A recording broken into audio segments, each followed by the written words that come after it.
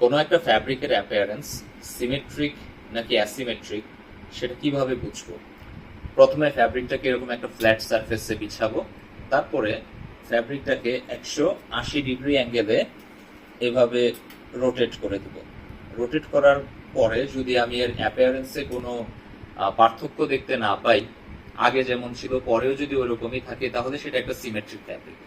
On the other hand, যদি আপনি কোন একটা ফ্যাব্রিককে এভাবে ফ্ল্যাট করে বিছানোর পরে এটাকে এরকম 180 ডিগ্রি অ্যাঙ্গেলে রোটেট করার পরে যদি দেখা যায় যে ফ্যাব্রিকের অ্যাপিয়ারেন্স চেঞ্জ হয়ে গেছে, তাহলে আমরা সেটাকে অ্যাসিমেট্রিক ফ্যাব্রিক বলবো।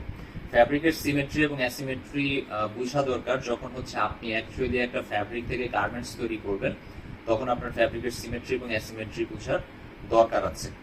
এছাড়া যদি হচ্ছে পাইল ফ্যাব্রিক হয়, যেমন ভেলভেট বা কর্ডুরয়, যেগুলা এই ধরনের ফ্যাব্রিকের ক্ষেত্রে আপনাকে যেটা করতে হবে যে ফ্যাব্রিকের উপরে ব্রাশ করে দেখতে হবে। ব্রাশ করে যদি দেখেন যে ফ্যাব্রিকের অ্যাপিয়ারেন্স আপনি যে কোনো অ্যাঙ্গেল থেকে দেখলে একই রকম লাগতেছে, তাহলে সেটা সিমেট্রিক। আর যদি আপনি ব্রাশ করার পরে যদি দেখেন যে সেটার এক এক অ্যাঙ্গেল থেকে সেটার দেখতে এক এক রকম মনে হচ্ছে, তাহলে সেটা asymmetric fabric.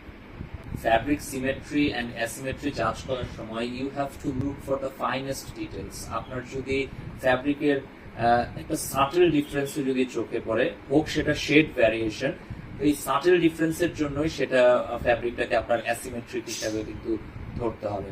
That means you have to look from the every angle যে আপনার এই ফ্যাব্রিকটা অ্যাকচুয়ালি সিমেট্রিক নাকি অ্যাসিমেট্রিক।